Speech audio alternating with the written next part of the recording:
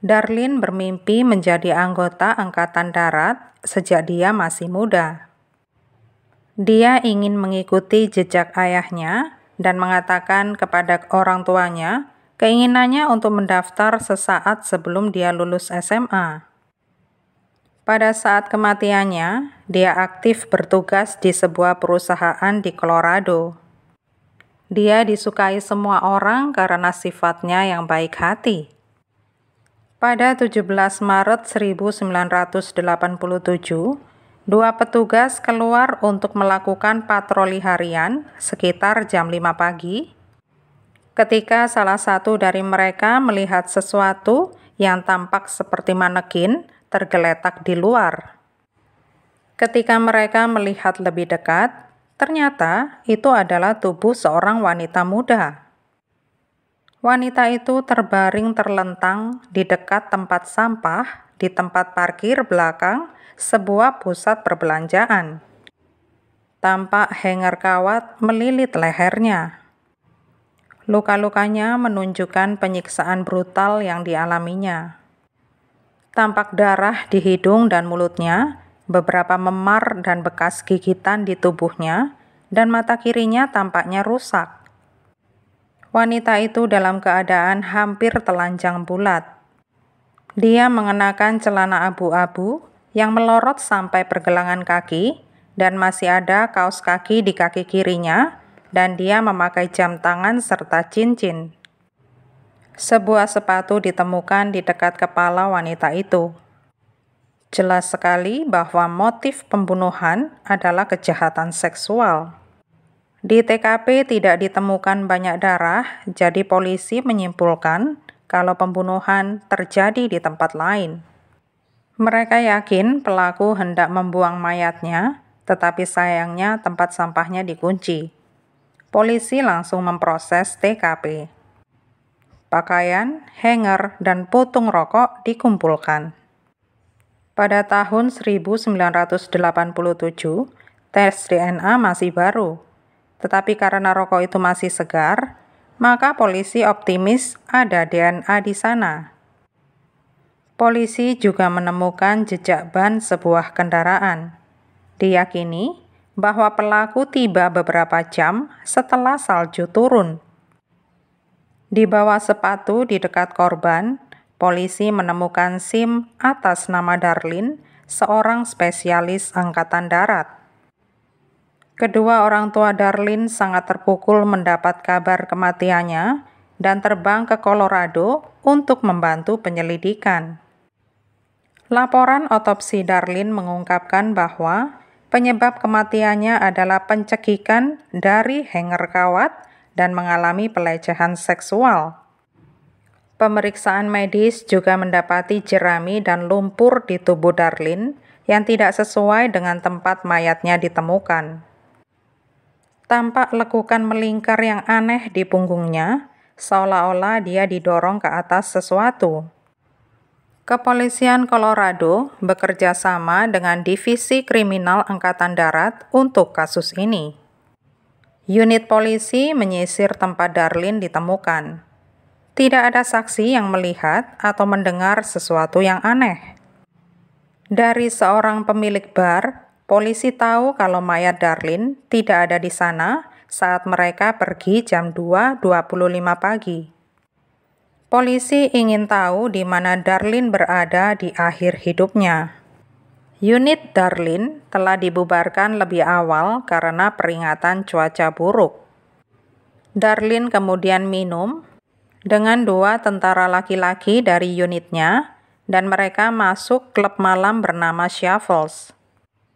Nightclub hanya berjarak 8 km dari tempat mayat Darlin ditemukan. Polisi berbicara dengan dua tentara yang bersama Darlin malam itu.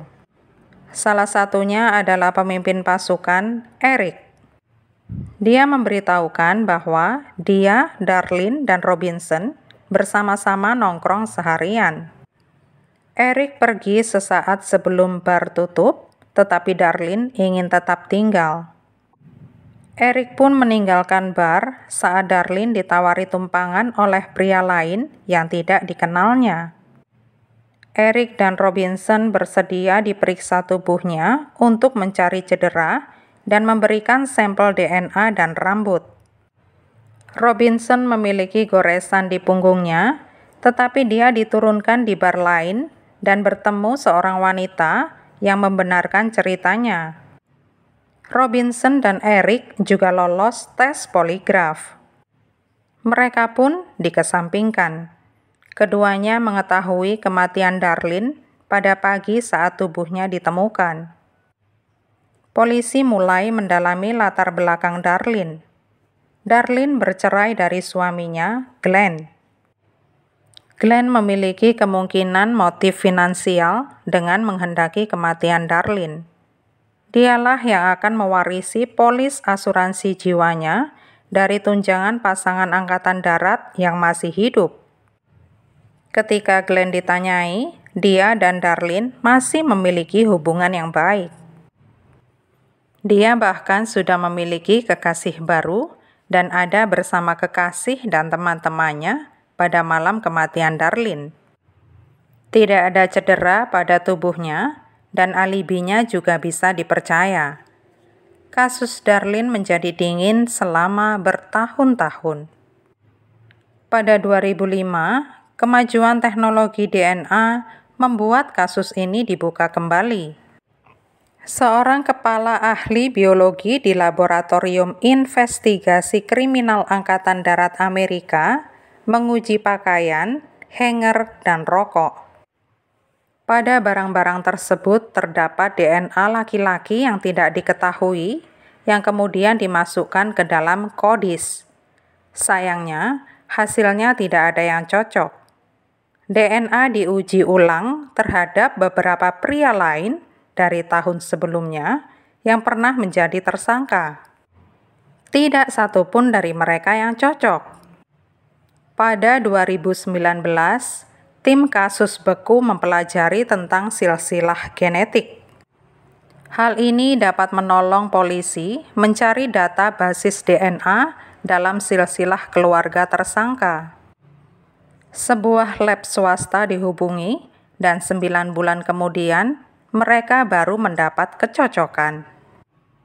DNA tersebut mengarah pada sepupu jauh seorang pria bernama Michael yang berusia 58 tahun pada 2019.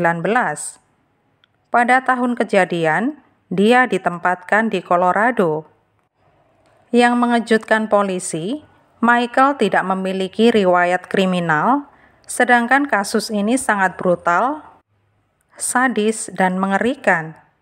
Michael masih tinggal di Colorado. Seorang petugas menyamar dan menguntit Michael. Sang petugas mengambil cangkir yang dibuangnya dan mengirimkannya untuk diuji. DNA Michael cocok dengan DNA laki-laki yang tidak dikenal yang ditemukan di TKP. Michael pun segera ditangkap di rumahnya. Menurut polisi, Michael sepertinya sudah tahu selama bertahun-tahun bahwa akhirnya dia pasti tertangkap. Pada Juni 2021, Michael diadili. Penuntutan berfokus pada kehidupan Darlene. Mereka juga menggambarkan serangan brutal tersebut. Berikut bukti DNA, di mana Michael tidak punya penjelasan bagaimana DNA-nya ada di tempat kejadian. Michael dihukum karena pembunuhan tingkat pertama dan dijatuhi hukuman penjara seumur hidup. Dia tidak akan memenuhi syarat untuk mendapatkan pembebasan bersyarat sampai tahun 2061. Tidak ada yang tahu bagaimana Michael dan Darlene bisa bertemu pada malam itu. Pada tahun kejadian pembunuhan, Michael yang saat itu adalah tentara berusia 26 tahun ditempatkan di pangkalan bersama Darlene. Selama 32 tahun, Michael berhasil menghindari detektif, tetapi dia tidak berkutik melawan teknologi DNA yang pada akhirnya membuktikan bahwa dia adalah orang yang bertanggung jawab atas pemerkosaan dan pembunuhan Darlene. Michael mempertahankan ketidakbersalahannya. Michael tidak bisa berkutik saat laporan silsilah genetik hanya mencantumkan satu nama, yaitu namanya, dan Michael memang satu-satunya anak laki-laki dari keluarganya. Laporan itulah yang menjadi petunjuk layak yang berpotensi untuk memastikan bahwa Michael adalah pelakunya. Pada saat pembunuhan, Michael berada hanya 4 km dari parkiran tempat mayat Darlene ditemukan.